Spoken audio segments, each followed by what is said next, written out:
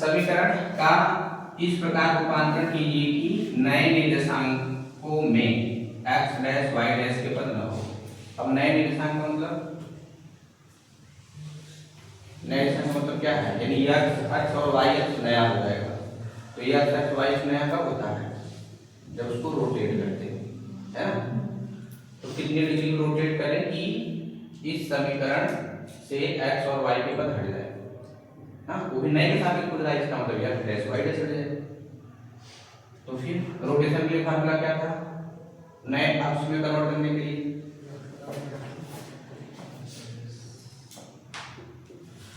ये था x equal to x dash cos theta y dash sin theta, हाँ, और y इक्वल टू क्या था x dash sin theta plus y dash cos theta. एक ना माइनस काहे माइनस रहेगा, x माइनस है डैश नहीं। जब यह डैश को निकाल देता, ये देखो ये ओल्ड है, ओल्ड का ट्रांसफर नए के रूप में, यह डैश नया वाला है। अब पहले नए का यह डैश को फिर से अगर वाइंड करना है तो यह डैश वाला बंद करेगा, है ना। लेकिन थीटा पता है निकाल सकते हैं कैसे, उस वाले फॉर्मूला से।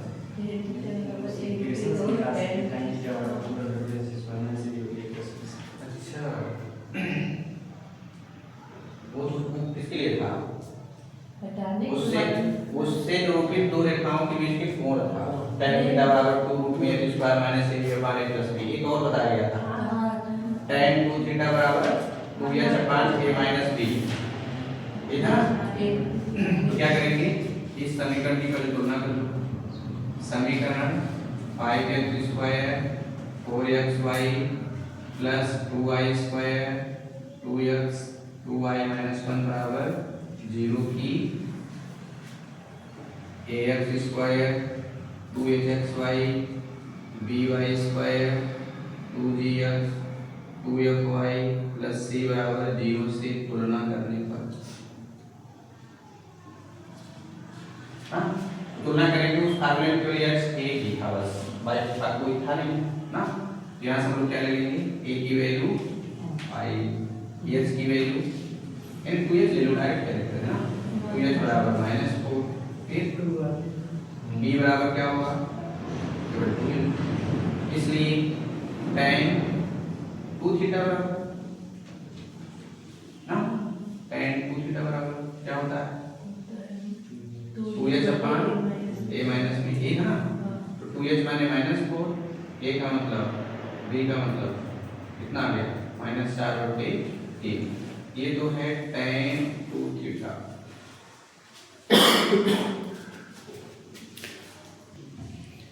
समझिए नहीं, यहाँ जो दिया हुआ है थीटा के रूप में है, लेकिन यहाँ कितना है 2 थीटा, तो 2 थीटा को हम लोग सिंगल थीटा में कन्वर्ट कर लिए। तो फार्मूला क्या होता है, देखो कभी कभी क्या होता है ना, यहाँ एक स्पेशल वैल्यू मिल जाती है, स्पेशल जैसे मान लो √3 मिल गया, √3 मिल गया, या 1 मिल गया, 0 मिल गया, हम लोग वैल्यू निकाल लेते हैं। लेकिन ये वैल्यू निकाल पाएंगे, किसका है पता नहीं है ना। अच्छा, इनवर्स निकालेंगे वो फिर हो जाएगा, हमको जो कहा था साइन वैल्यू चाहिए। देखो अगर थीटा मिल गया तो नहीं मिला था, 5 का वो स्क्वायर टाइप लगा करके हम लोग निकाल लेंगे, है ना। तो पहले 2 को थीटा में चेंज करिए, इसको लिख सकते हैं कि -4y3, है ना। तो ये गुणा कर लीजिए, तो ये गुणा करेंगे क्या है, ये हो गया 4 tan स्क्वायर थीटा -4 और बराबर 6 tan थीटा, सही है ना। हमने -4 का गुणा कर दिया, प्लस हो गया, ये माइनस हो जाएगा, है ना। ट्रांसफर कर लीजिए, 4 tan square theta -6 tan theta -4 बराबर 1, दूसरी बार लीजिए,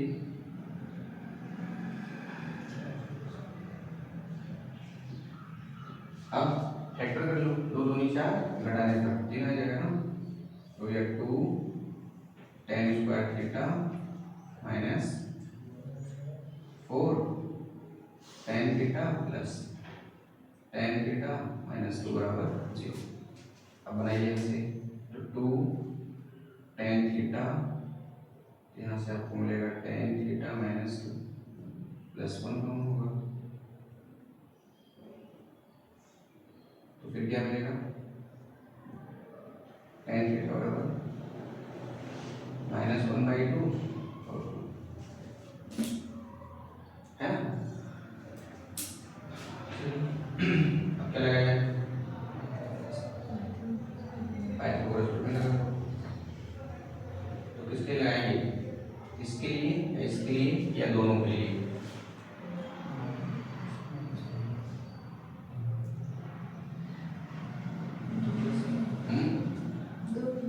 इसलिए लगाएंगे, 2 के लिए या फिर -1/2 के लिए ना, तो क्लियर होगा नहीं। चलो हम लोग क्या करते हैं, दोनों पे लगाते हैं, फिर उसके बाद जो साइन और कास की वैल्यू आएगी वो देखेंगे। अगर 1 से बड़ी आई तो वो tan की वैल्यू छोड़ देना है, अगर 1 से कम आई -1 से 1 के बीच में फिर वो वैल्यू दे देना है ना। तो अगर tan थीटा वाली बात करें, जब tan 2 थीटा इक्वल टू -1/2 हाँ, तो क्या हो जाएगा, लंब बटे आधा, माइनस नहीं लेना है, लेंथ नेगेटिव नहीं होता है, अभी कितना आएगा, √3 हाँ, तो साइन थीटा बराबर क्या होगा, लंब बटे का कास थीटा बराबर क्या होगा, आधार बटे का, है ना। फिर उसके बाद जब tan थीटा बराबर 2 ले लेंगे, इसके बटे 1 मानेंगे ना, फिर से लगा लेंगे, लंब बटे आधा कितना आएगा, √5 इसका भी आएगा, चलो 5 इसका, तो क्या मिल गया, ये लंब बटे आधा, लंब बटे का ना, आधार बटे का, ये साइन थीटा बराबर लंब बटे का कास बराबर आधार बटे का, मतलब इंटरचेंज हो गए ना, केवल इंटरचेंज हुआ है। अब ठीक है, तो जो रोटेशन होता है वो एक्सिस को परपेंडिकुलर रखते हुए किसी एंगल पर रोटेट करो, जैसे 30 डिग्री पर रोटेट करो ना, लेकिन जो एक्सिस हो ये सब ये एक्स अक्ष और मान लो हम 30 डिग्री पर रोटेट करेंगे भी कुछ ऐसे होगा ना, ये एक्स यहाँ आएगा, लेकिन ये जो एक्स और वाई हैं ये परपेंडिकुलर ही होने चाहिए, ठीक है ना, ये परपेंडिकुलर ही हो, समझ गए ना। अच्छा, इसमें जो कंडीशन था वो ये था कि जो थीटा की वैल्यू हो वो -45 डिग्री से 45 डिग्री के बीच में, इससे बाहर नहीं जाना चाहिए। अगर इससे बाहर गया तो जो साइन थीटा की वैल्यू है cos थीटा की वैल्यू वो डिटरमाइन नहीं हो सकती ना। अब डिटरमाइन नहीं होने का मतलब क्या है, जो साइन थीटा की वैल्यू आएगी ना वो -1 और 1 से बाहर चला जाएगा, ठीक है। तो जहां हमने ये फॉर्मूला लिखा था ना वही लीजिएगा कि थीटा बिलोंग्स टू -π/4 टू π/4 ना, tan थीटा का फॉर्मूला लिखे थे, मैं लिख देता हूं, थीटा बिलोंग्स टू -π/4 टू π/4,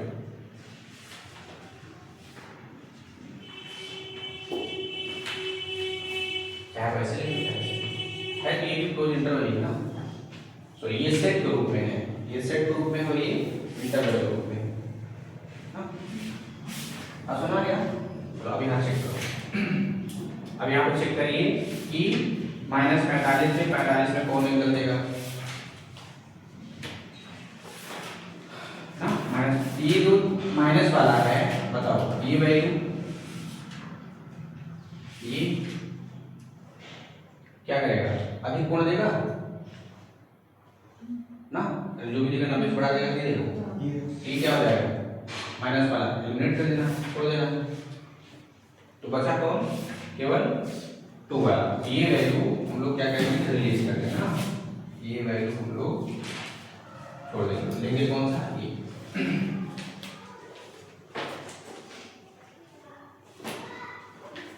अब क्या करिए, इसलिए x equal to X dash cos theta, यहाँ रखिए, ये समझ में आ गया कि नहीं।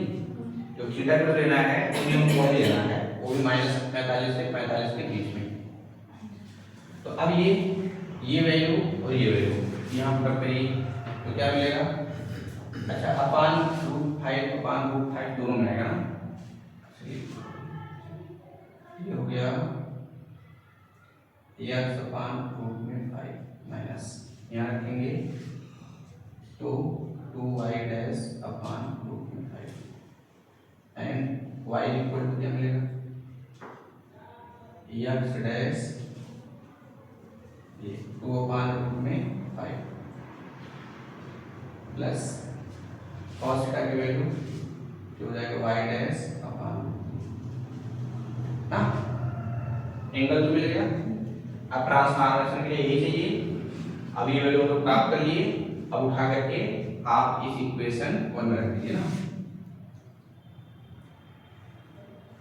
समीकरण 1 में रखने पर हो सकता है आप बिल्कुल क्वेश्चन ऐसे पूछ ले कि किस प्रकार रूपांतरण किया जाए कि ना, कि x डैश y डैश के पद हट जाए, ये भी लिखा हुआ मिल सकता है नए के रिस्पेक्ट में, या कहते हैं x y के पद हट जाए ना, तो वह एंगल होगा, यानी थीटा का मान होगा।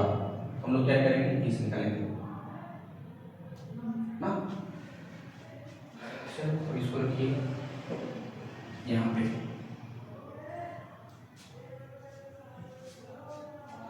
तो क्या मिलेगा 5x² यानी x dash minus 2y dash का होल स्क्वायर और बट्टे 5 ना। देखिए हर समान है, पहले में स्क्वायर कर दीजिएगा, फिर यहाँ रखिएगा -4 इंटू एक्स के लिए x dash 2y dash √5 into 2x dash plus y dash √5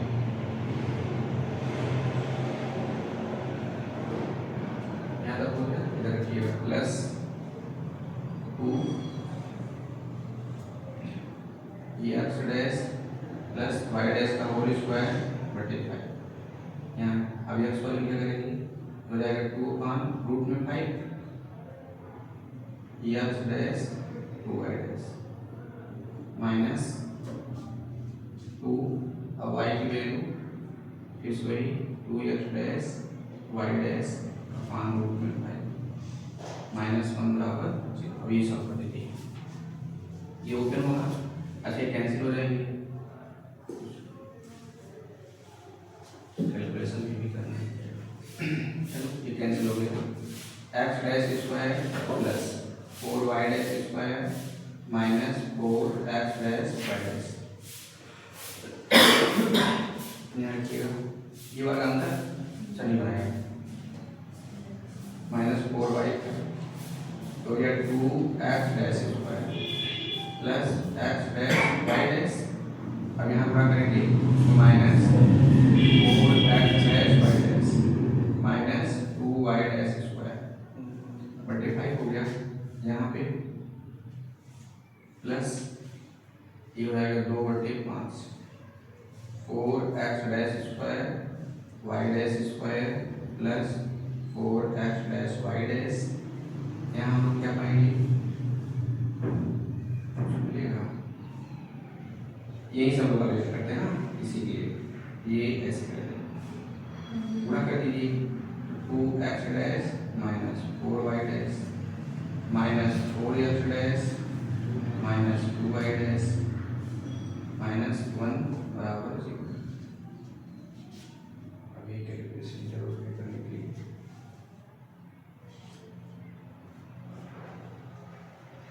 और सब गुणा करेंगे तो उसका इकट्ठा करते हैं ना, x डैश स्क्वायर यहाँ पे है, अब नहीं मिलेगा ना, अच्छा यहाँ मिलेगा 8।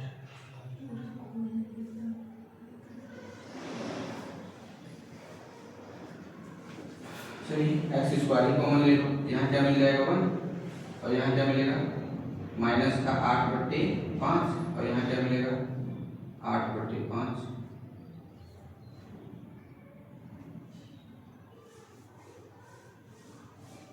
ये हो गया एक्स डैश स्क्वायर, ठीक कैंसिल हो जाएगा ना। चलिए 4y डैश स्क्वायर, ये तो हम लोग क्या किए ना y डैश स्क्वायर कॉमन ले लिए, तो क्या मिलेगा 4, तो y डैश स्क्वायर यहाँ आपको मिलेगा, लेकिन गुणा करेंगे तो क्या आ जाएगा प्लस का 8/5, ये वाला हो गया खत्म और यहाँ पे ये कितना मिल जाएगा 2/5, ये हो गया y डैश स्क्वायर। अब उसके बाद ये है माइनस का 4, यहाँ करेंगे तो कितना आएगा माइनस का 4/5। अच्छा ये भी है ना, तो जाएगा प्लस का ना, घटा देते हैं, यहाँ -3 आएगा तो जाएगा कितना 12/5, सही है ना 12/5। यहाँ कितना आएगा प्लस 2 चौका 8/5 और पहले ये हो गया एक्स डैश वाई डैश। उसके बाद एक्स डैश वाले term, X dash X dash यहाँ है और यहाँ भी है, कितना मिल जाएगा ये और ये घटेगा, हो जाएगा -2/5 एक्स डैश, ये एक्स डैश हो गया वाई डैश नहीं है ना, ये हो गया कितना हो जाएगा ये 6 -6 तो ये मिल गया क्या -1/6, ये तो कैंसिल हो जाएगा पूरा है ना, 12/5 4 आएगा प्लस में, इसमें कैंसिल हो गया। अच्छा ये भी तो कैंसिल हो गया, तो क्या मिला है अब एक्स डैश स्क्वायर, ये कितना हो जाएगा 6 ना, 8 2 10 2 हो जाएगा 4, ये तो खत्म कहानी हो गई। ये क्या मिला 2/5 एक्स डैश 6/5 वाई डैश -1 बराबर 0। अच्छा है 5 गुणा कर लो या फिर ऐसे देखो, ये वो इक्वेशन है ना जिसमें एक्स डैश वाई डैश के पद नहीं है, ठीक है।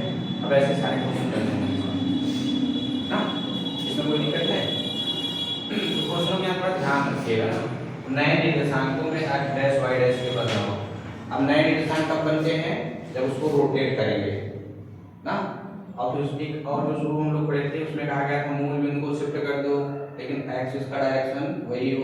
तो एक्सिस का डायरेक्शन वही का मतलब क्या है कि हम उसको कहीं से कहीं ओरिजिन को शिफ्ट करेंगे, लेकिन एक्स एक्सिस का इन नए और जो पुरानी उनका डायरेक्शन सेम होंगे। अब सेम होने का मतलब क्या है, पैरेलल होंगे।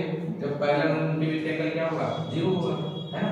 जब 0 हो जाएगा तो मिलेगा क्या, यहाँ पे चेक करो, यहाँ रखिए, ये 0 हो जाएगा, ये भी 0 हो जाएगा, यहाँ जो रखेंगे 1 आएगा, x बराबर x डैश ना, यहाँ रखेंगे 0 1 मिलेगा, y बराबर y डैश। यानी हम जब एक्सिस का डायरेक्शन चेंज नहीं करेंगे, जिस डायरेक्शन वो था उसी डायरेक्शन में ओरिजिन को शिफ्ट कर देना है दूसरी जगह। जैसे बोर्ड है ना, मान लो इसका ओरिजिन यही है, अब इसको ऊपर करके शिफ्ट कर दो, कैसा डायरेक्शन चेंज हो गया, तो जो जैसे था वैसे ही है ना, बस ये कोना चेंज हो गया, है ना। मान लो इसको ओरिजिन तो यहाँ देखो अगर चेंज हुआ, अगर चेंज नहीं हुआ डायरेक्शन, तो उस स्थिति में क्या x और x डैश y डैश से होंगे, क्या रखो रख कर क्या बदला, x बराबर x डैश आएगा, y बराबर y डैश ना। लेकिन इसमें क्या करा है, नए निर्देशांकों में, नए निर्देशांक मतलब अब x नहीं रहेगा, x डैश हो जाएगा, y डैश हो जाएगा। ऐसा तभी पॉसिबल है जब उसको रोटेट किया जाए। तो रोटेट करेंगे इसमें नई कोऑर्डिनेट क्या बनती है, वो ये बनती है ना। तो x का स्थान पे रखेंगे, y का स्थान पे रखेंगे, लेकिन थीटा पता नहीं है, तो कितना डिग्री रोटेट किया गया, तो उसके लिए फॉर्मूला क्या निकला था कि tan cos थीटा बराबर फिर अब ये 2x upon a minus b था, हम लोग क्या करेंगे जनरल सेकंड डिग्री इक्वेशन से कंपेयर करेंगे। a या जब b की वैल्यू उठा कर दिए tan थीटा है, लेकिन यहाँ पे sin थीटा cos थीटा है, यानी सिंगल थीटा केवल है। हम लोग क्या किए tan cos थीटा को tan में ब्रेक कर दिए। tan की वैल्यू हमारे पास 2 आई, एक वैल्यू क्या हो जाएगी कैंसिल हो जाएगी ना, क्योंकि थीटा कितना होना चाहिए -45 से 45 के बीच में। तो ये क्या देगा 90 ज्यादा आएगा ना, हम लोग इसको क्या करेंगे छोड़ेंगे, क्या लेंगे केवल tan 2 थीटा। तो tan 2 थीटा के केस में sin की वैल्यू पास हो गई। अब ये लोग उठाकर हम क्या करेंगे यहाँ रख देंगे, तो x की value x dash y dash के पद में, y की वैल्यू x डैश और y डैश के पद में। अब इसको कहाँ रख देंगे इक्वेशन 1 में, इसी को रूपांतर करना है ना। रखने के बाद हम लोग क्या किए सॉल्व किए, तो देखो इसमें x डैश y डैश के पद नहीं, यानी x dash into y dash ना।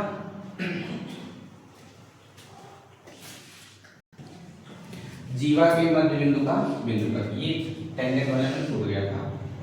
जीवा के मध्य बिंदु का बिंदु पर, अब कोई वक्र है, जैसे मान लो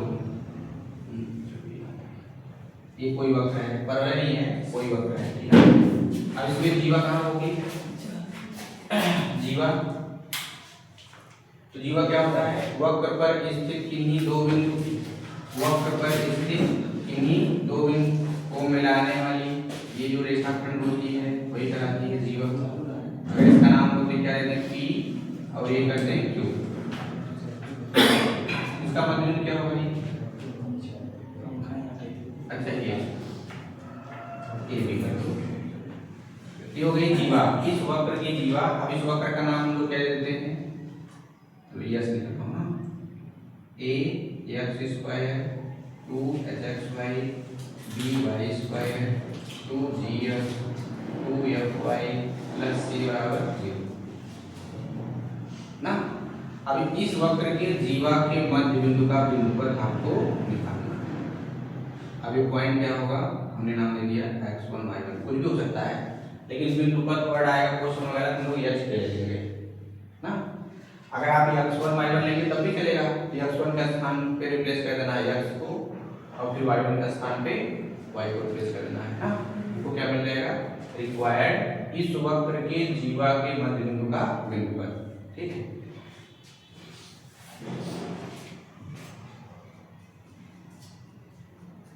तो जीवा के, अब जीवा में सांको है ना, ऐसे सांको के जीवा के मध्य बिंदु P x1 y1 बिंदु पर,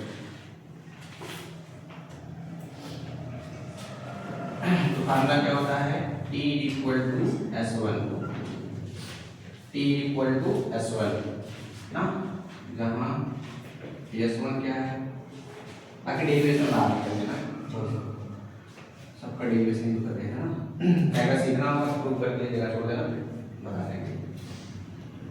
तो S1 क्या होगा यहाँ से, अब S1 क्या होता है, वो जो पॉइंट है ना, इस पॉइंट पर इसकी वैल्यू, तो क्या मिलेगा a x1 square 2h x1 y1 b y1 square 2g x1 2f y1 plus c, जरूरी है ना, ये S1 की वैल्यू हो गई। अब t क्या है, टेंजेंट है, ठीक है ना। अब t क्या है, टेंजेंट है, इसका मतलब क्या है, इसका मतलब ये है कि ये जो पॉइंट दिया होगा ना, इसी पॉइंट पर हम लोग वक्र की स्पर्श निकालेंगे और उसी पॉइंट को सीधा वक्र में रख देंगे, और यहाँ राइट साइड में 0 होना चाहिए ना। तो इस पर एक हम लोग क्वेश्चन करते हैं, इसको चाहे तो आप रेड ग्रुप में लिख लो या जैसे लिख लो, याद रखना चाहिए।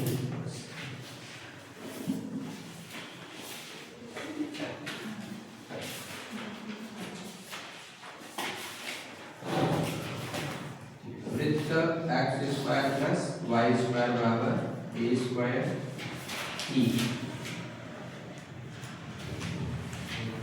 जीवा के मध्य बिंदु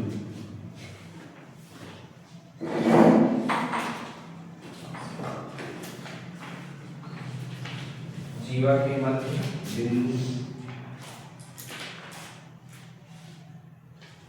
का बिंदु पथ ज्ञात कीजिए।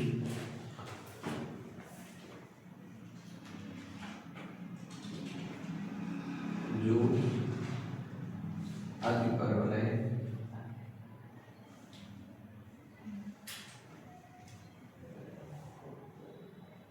x square upon a square y square upon b square बराबर 1 की स्पर्श रेखा है।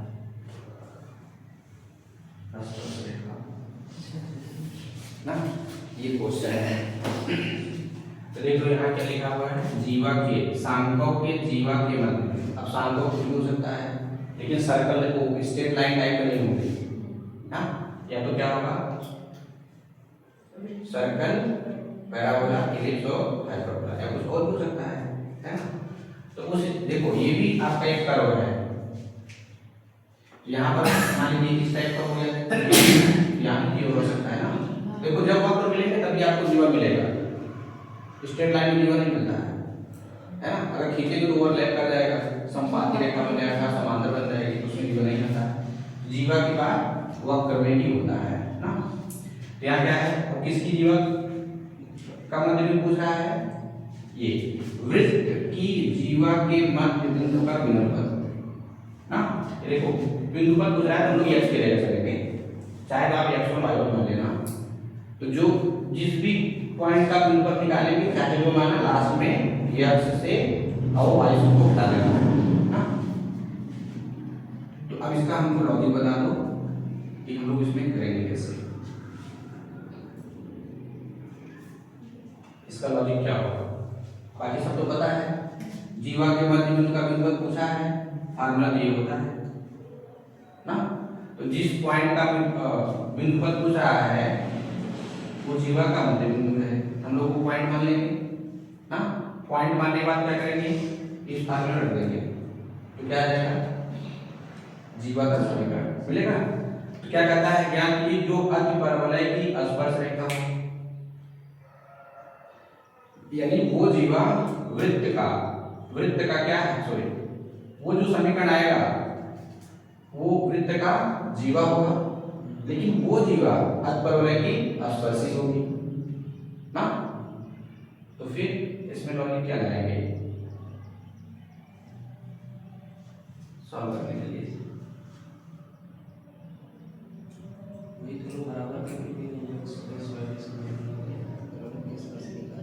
अच्छा डायग्राम कैसे बनेगा, डायग्राम बनाना क्लियर हो जाएगा।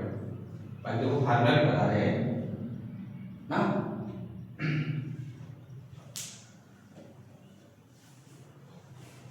क्वेश्चन लिखिए, ट्राई करिए।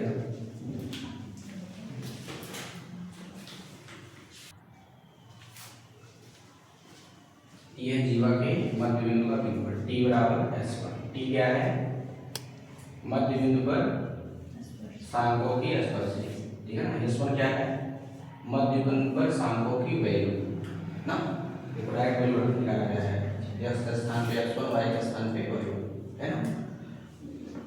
अब इसका अगर डायग्राम देखें तो किस तरीके से बनेगा, तो मान लो कि ये क्या है, ये वृत्ति है, ठीक है ना, ये वृत्त है। अब क्या करना है, हमको अतिपरवलय बनाना है। देख लो ये देखो है ना, ये मान लो सर्कल है, तो बताओ ये इस सर्कल की जीवा है ना, और इस जीवा को क्या करता है, स्पर्श करता है। तो जीवा माने क्या, सरल रेखा, जीवा मतलब सरल रेखा हुई, ये जो सरल रेखा है वो जीवा है ना, यानी जीवा सरल रेखा हो गई। अब अवसरल रेखा किस टाइप का हम लोग बनाएंगे, y equal to mx plus c प्रणता के फॉर्म में। तो ये रेखा अगर इस अतिपरवलय को स्पर्श करता है तो कंडीशन क्या होता था, अगर y बराबर mx plus c अतिपरवलय x square upon a square minus y square upon b square बराबर 1 को स्पर्श करता है, तो स्पर्शी का कंडीशन क्या था, c स्क्वायर बराबर a square M square minus B square ना, हो गया सारा काम। अभी फार्मूले से हम लोग इसका समीकरण निकाल लेंगे।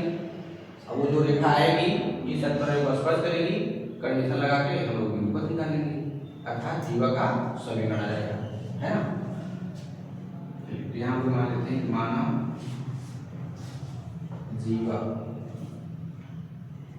वृत्त x square plus y square बराबर ए स्क्वायर, या हम लोग इसे कैसे लिखेंगे, x square plus y square minus a square बराबर 0 की जीवा के मध्य बिंदु के रेखा का मध्य बिंदु पी एच नामक है। हमको बिंदु पथ निकालना है ना, वर्ग नहीं था, मांगने की है जो मान लेना चलेगा ये। तो इसलिए जीवा का समीकरण क्या होगा, इसलिए जीवा के मध्य बिंदु का बिंदु तक फार्मूला क्या होगा, t इक्वल टू s1। तो t माने टेंजेंट, इस पर निकालेंगे, इस पॉइंट पर इसका निकालेंगे, इस सर्कल का, तो क्या होगा ये x फिर ky माइनस a स्क्वायर बराबर। अब क्या करेंगे, डायरेक्ट वैल्यू रखेंगे तभी तो आएगा ना, ये हमारा s है, ठीक है ना, रखिए यहाँ पे। तो क्या हो गया, h square k square minus a square, ठीक है ना। अभी क्या बन गया, जीवा बन गया, जीवा का समीकरण। जीवा का समीकरण मतलब रेखा, रेखा का मतलब कौन सा समीकरण करो, है ना, सबको ट्रांसफर कर दिए। तो क्या आएगा, ky equal to minus hx plus h square k square, y equal to क्या आएगा, minus h upon k plus h square k square बटे k। इसको बना लेते हैं हम लोग 2 ना। तो चूंकि रेखा 2 अतिपरवलय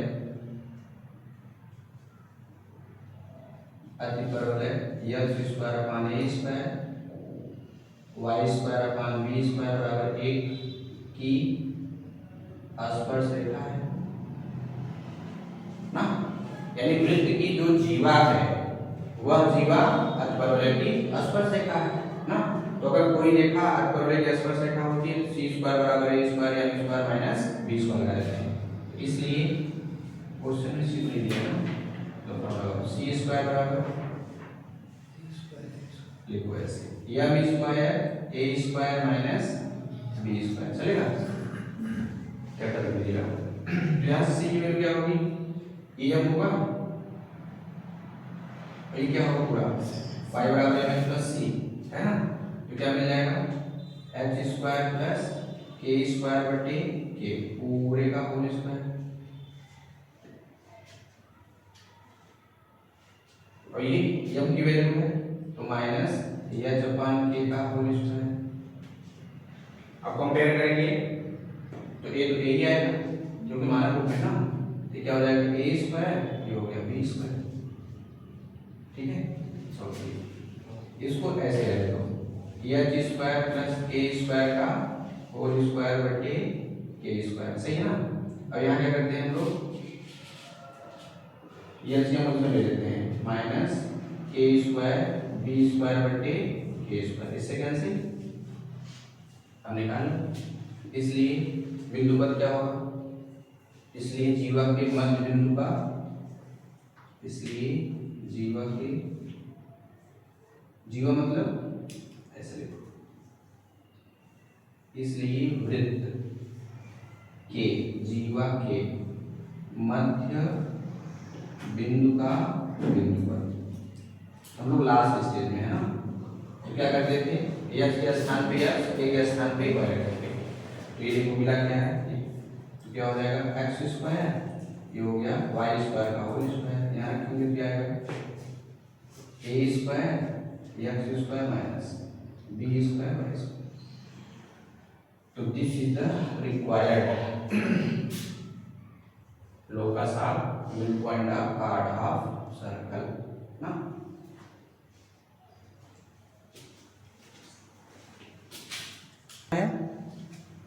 वृत्त की जीवा के मध्य बिंदु का बिंदु, ये वृत्त हो गया, इसका सेंटर मुझे सब पता होगा। अगर हम थोड़ा इधर जाए ऐसे कर लो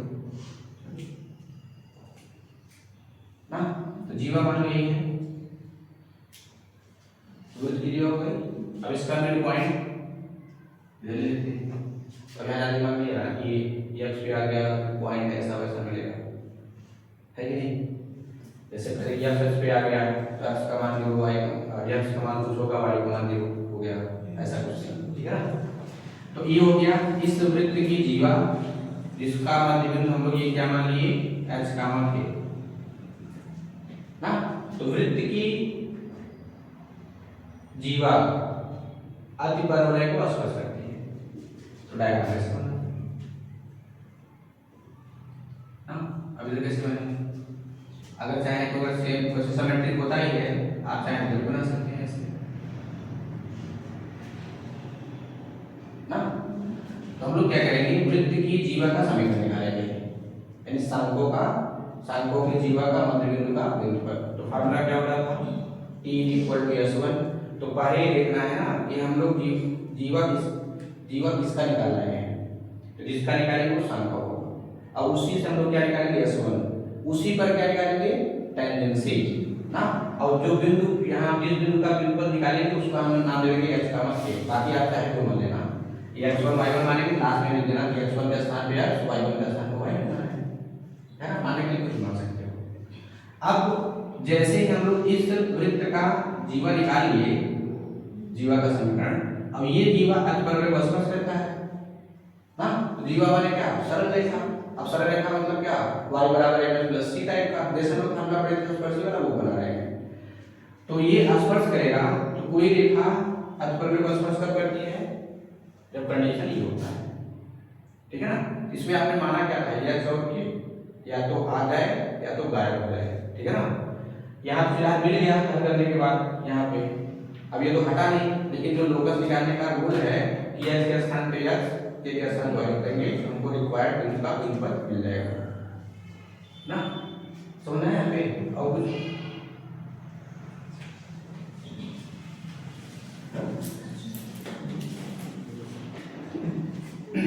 चलिए नेक्स्ट क्वेश्चन है, वक्र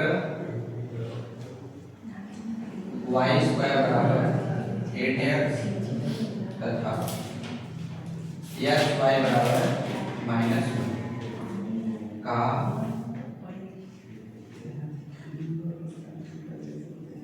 उभयनिष्ठ स्पर्श रेखा का समीकरण।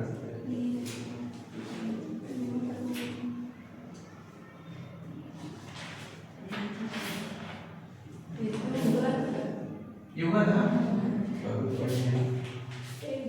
ये तीसरी बार देख रहे हैं, ये तीसरी बार देख रहे हैं, लेकिन बता है हुआ गया। अच्छा, मैं तो इसको बना वक्र x² y² -6y। वैसे अब क्वेश्चन बताया है कि हमको मिलता है तथा परवलय y² बराबर x की उभयनिष्ठ स्पर्श रेखा का समीकरण ना। इसका वर्किंग रूल बता दो बस, कैसे कैसे करना है ना। इसका वर्किंग रूल क्या होगा,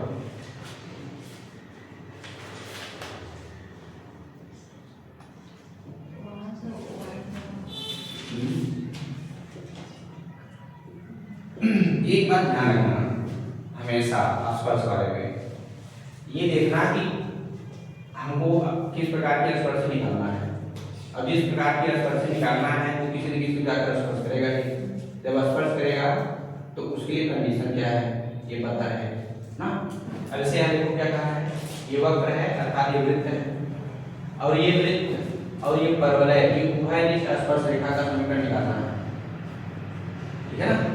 इसमें देखना कि किसकी स्पर्श रेखा हमको आसानी से पता है डायरेक्ट ना, और फिर देखना कि वो स्पर्श रेखा किसको और स्पर्श कर रहा है, वो स्पर्श रेखा जिसको स्पर्श कर रहा है उसके लिए स्पर्श रेखा का उसके लिए स्पर्शिक कंडीशन क्या बनता है ना। जैसे अगर मान लीजिए कोई स्पर्श रेखा है वृत्त को स्पर्श करता है तो फिर CP बराबर आ जाता है ना। अब मान लीजिए कोई एक वक्र अलग है, उसकी स्पर्श रेखा जाकर के दीर्घवृत्त को स्पर्श करता है तो दीर्घवृत्त वाले स्पर्शिक कंडीशन जानते हैं ना, तो बड़ी जगह ना उस वक्र की स्पर्श रेखा निकालो और जाकर के दीर्घवृत्त वाले कंडीशन लगा तो C² बराबर A² M² B² ना। यहाँ पर देखो किसका आसानी से पता है स्पर्श रेखा, परवलय पता है ना क्या होता है। दो टाइप का था, एक M टाइप में था, एक T टाइप में प्राचल रूप में ना।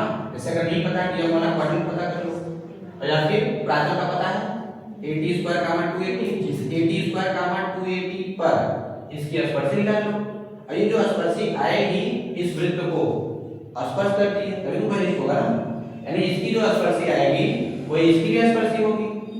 अब इसमें पता करना है किसकी स्पर्शी आसानी से निकल पाएगा, अब कैलकुलेशन करना भी आसान हो। अरे इसका भी तो स्पर्शी निकाल सकते हो है ना, क्या होगा इसका स्पर्शी प्राचल रूप में निकाल लो।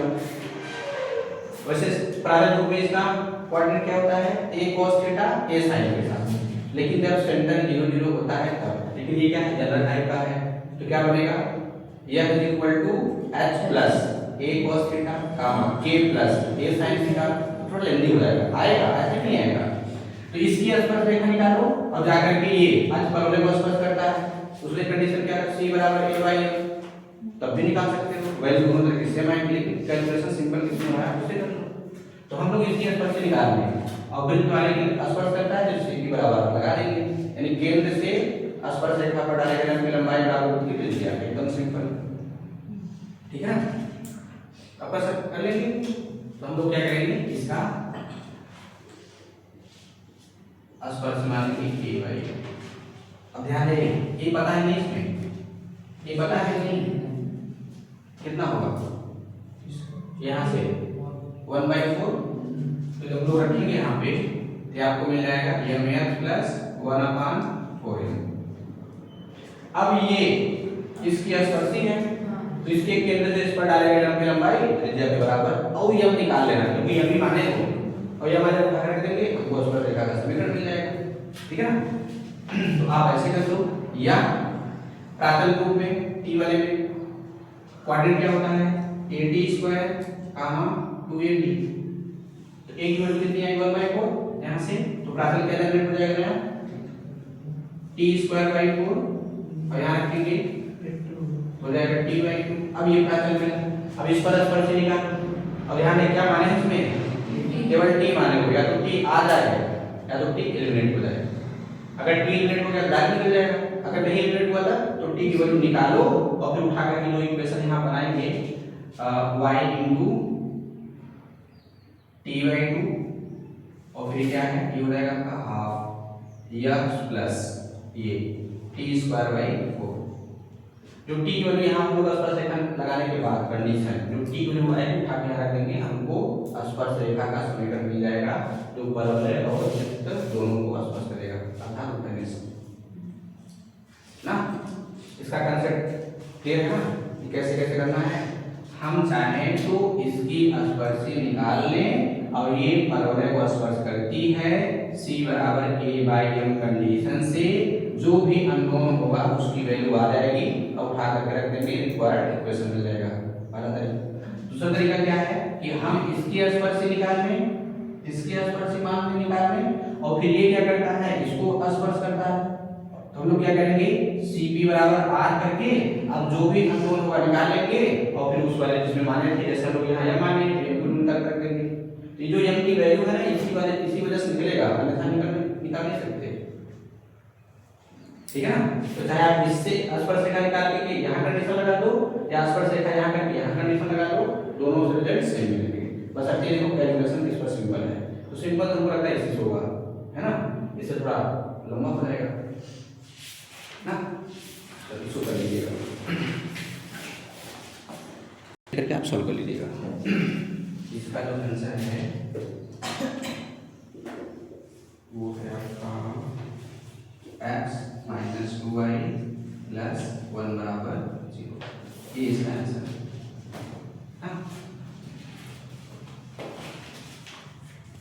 केवीएस और नवोदय का आंसर है। अब लड़के कुछ कह रहे हैं कि नवोदय को टाल दो, जेड को करा दो, क्योंकि अगर जेड होगा अगर कैंसिल होगा तो 10 साल के बाद नहीं होगा। वो तो डालेगा ही हाँ, जो नवोदय डालेगा।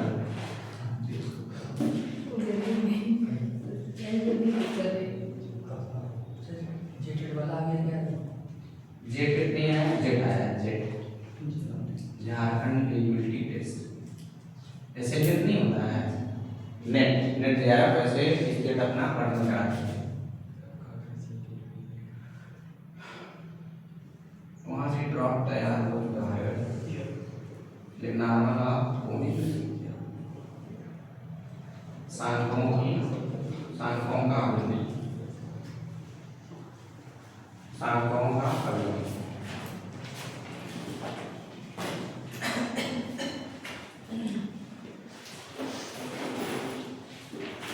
देखो यहाँ पे नई टेक्निक बता रहे हैं। देखो जो हम लोग यहाँ इक्वेशन निकाले थे ना नॉर्मल वाले का, याद है? ये कोई रेखा है ना, पर लंब रेखा का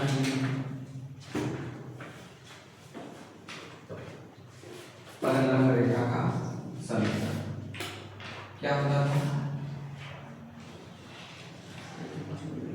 इस रेखा पर लंब रेखा का समीकरण क्या होता? ये x y के गुणांक को रिप्रेजेंट करते थे और फिर कांस्टेंट को लैम्डा बनाते थे ना। कांस्टेंट चाहे जैसे हो, देखो जैसे रेखा दिया है ऐसे बना सकते हो, c को आप उधर कर दो तब भी बना सकते हो, लेकिन c इधर रहे लैम्डा को बना लेगा चाहे जैसे भी लिखा हो ना। मैं यहाँ पे सब टाइप को बता रहा हूँ कैसे कैसे रहेगा, तब भी आप बना सकते हैं। अन्यथा हम लोग कैसे माना को रिप्रेजेंट करके तब बनाएंगे। तो ये हम लोग सीखे थे इनके गुणांकों को रिप्रेजेंट करिए और चिन्ह बदल दो ना। अब दूसरा टेक्निक क्या है कि y के स्थान पर माइनस x रिप्लेस करो लंब के लिए, और फिर x के स्थान पर क्या रिप्लेस करिए? y ना, रखो यहाँ पे। तो क्या मिलेगा? y के स्थान पे पहले x के स्थान पर रखिए यहाँ, तो क्या मिलेगा? ay, और फिर y के स्थान पे माइनस x, क्या मिलेगा? ऐसी है ना, ये क्या बन गया? लैम्डा बराबर ना। अब एक बार लॉजिक लगा करके हम लोग फिर ये सांकों का अवयव ना उस इक्वेशन निकालेंगे, वृत्त पर इन सब का या कोई और कर्व होगा। और जहां पर कोऑर्डिनेट फेल हो जाता है वहां पर हम लोग क्या करेंगे? कैलकुलस मेथड ना, कैलकुलस मेथड। लेकिन दोनों जानते रहिएगा, हम लोग यहाँ पर ज़्यादातर कोशिश करेंगे 90-95% तक कोऑर्डिनेट ही यूज करें ना। अब इसमें क्या होता था? लंब रेखा का समीकरण y minus y1 minus 1 dy by dx x minus x1, ये कैलकुलस के द्वारा लंब रेखा निकालने का समीकरण है। और dy बाई dx क्या है? वक्र की स्पर्श रेखा की कोणता ना। और बाकी फॉर्मूला तो आपने क्वाड्रेंट में ही पढ़ा है, ऐसे दो बिंदु से जाने वाले रेखा का समीकरण पढ़े हो ना, सब कुछ वही तो है। ये इसी क्या बोलते थे? कोणता। हम लोग यहाँ क्या लिखते थे? 10th लेवल में 11th लेवल में हम लिखते थे, है ना। और फिर कैलकुलस में जब हम लोग इसका एप्लीकेशन किए तो इसके स्थान में दिया कि क्या? dy by dx। अगर यहाँ dy बाई dx लिखेंगे तो y minus y1 equal to dy by dx x minus x1 वक्र के किसी पॉइंट पर स्पर्श रेखा होगी ना। अब अगर स्पर्श रेखा है तो उसकी कोणता ये होगी, तो लंब रेखा कोणता कैसे निकालते हैं? व्युत्क्रम करके चिन्ह बदल दो। अब ये होता कैसे करते हैं?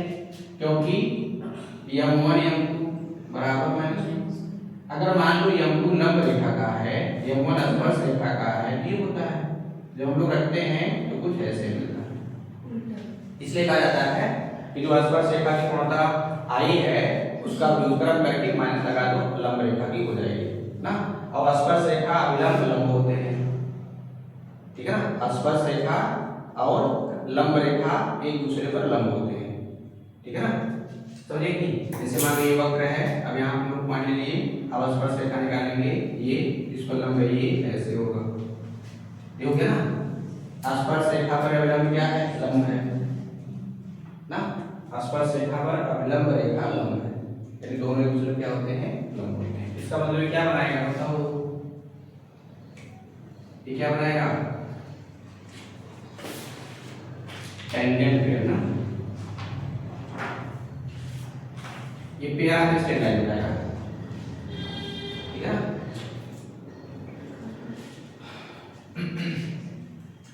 रेखा युग बनाएगा, ये समझ आ गया। लोग लिखना है शॉर्टकट में, इसको आप देखो।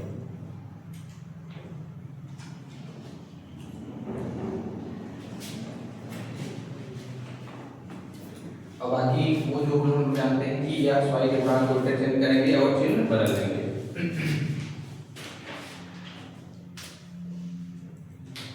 अब इसमें एक ही देखिए, माइनस का गुणा करके क्या बनेगा, ये हो जाएगा प्लस, ये हो जाएगा ऐसे, ये हो गया ऐसे, बराबर ऐसे, बना कि नहीं बना। हम लोग इसके साथ क्या रखते हैं, कुछ नया लेना रखते हैं ऐसे। अब देखो जैसे हम लोग सीखे थे, एक को यहाँ करिए, बी को यहाँ करिए, चिन्ह यहाँ बदल दो, मिला कि नहीं मिला, है ना, वही होगा।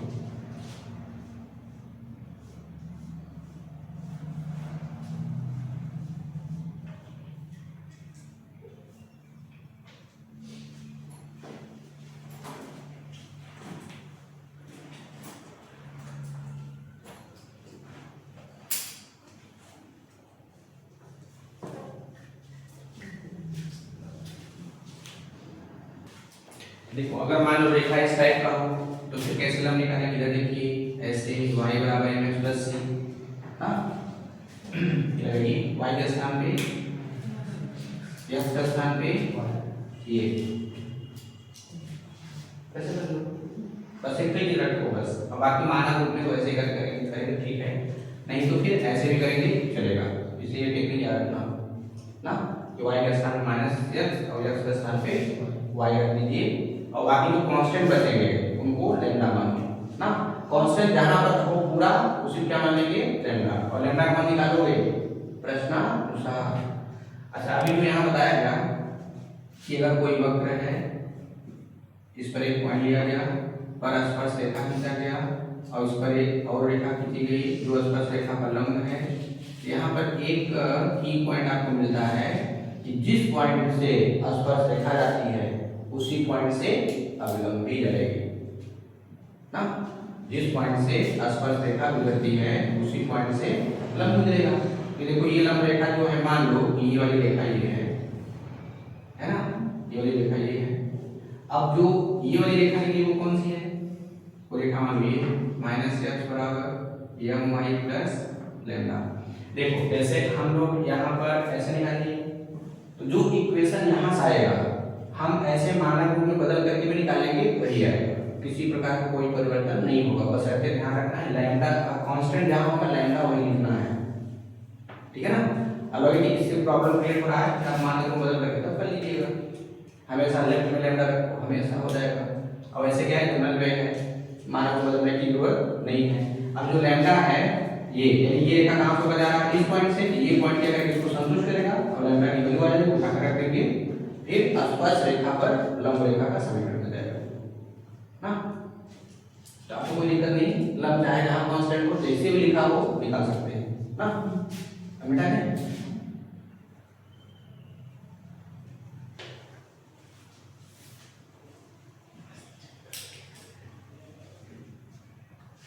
अब है अवलंब का समीकरण क्या होता है।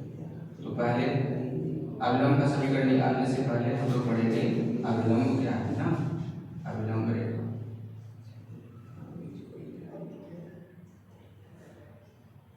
नॉर्मल लाइन ना, अवलंब रेखा क्या होती है,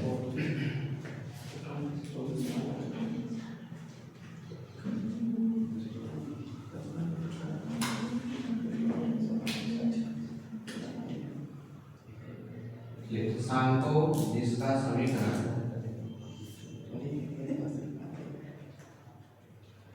इसका समीकरण लिख रहे हैं X Y A X square 2hxy by square 2gx 2fy plus c बराबर 0। इसको बना देते हैं एक है।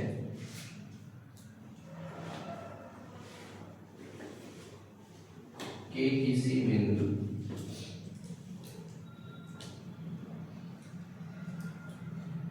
P x dash y dash पर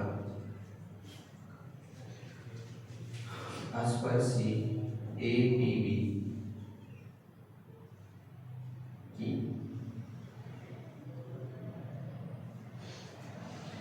लंबवत रेखा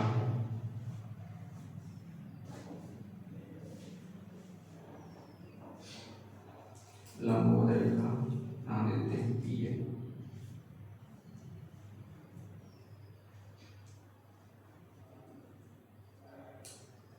सांको एक का अभिलंब रेखा करता है।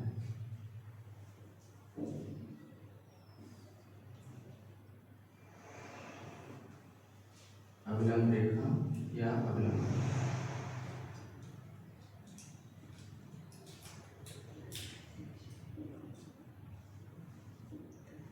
ठीक है ना। तो हम लोग किसका निकालेंगे सांको का। तो सांको इसका समीकरण ये जनरल इक्वेशन ये है के किसी बिंदु अपन सांको बना लो। सांको कैसे बनाते हैं ये सांको हो गया ax square 2hxy by square 2bx 2fy plus c बराबर 0। ये है सांको। हम लोग नाम करेंगे इसका सेक्शन ठीक है ना। अब के किसी बिंदु चलो ये हमने पॉइंट ले लिया के किसी बिंदु ना के किसी बिंदु। अब तो बहुत सारे पॉइंट होंगे कहीं पर भी ना P X dash Y dash पर स्पर्शी ए पी बी। तो इस पर स्पर्शी लिख लेते हैं। इसका नाम ए ये हो गया पी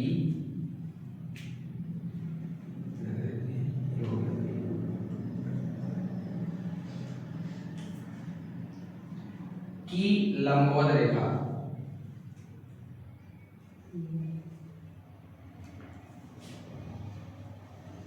ना की लंबवत रेखा पीएम सांको का क्या कहलाएगा अभिलंब रेखा या अभिलंबवत कहलाता है। सॉरी अभिलंब कहलाता है। देखो ये वाली रेखा क्या है एपीबी इस सांको की point P X dash comma y dash पर स्पर्शी है और इसी पॉइंट पर इस स्पर्शी पर ये क्या है लंब रेखा है। जिसे क्या बोलेंगे इस सांको का ये अभिलंब या अभिलंब रेखा ठीक है ना।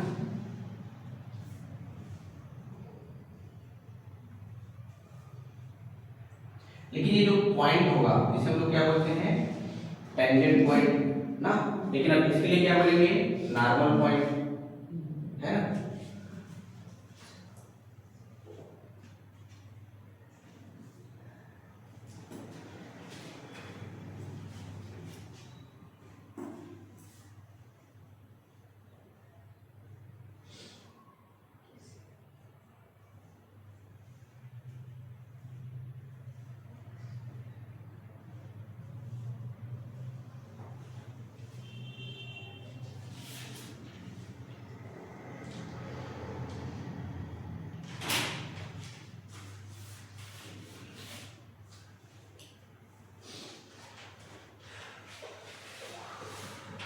और यहाँ देखो ये स्पर्श बिंदु है हाँ ये क्या है स्पर्श बिंदु है।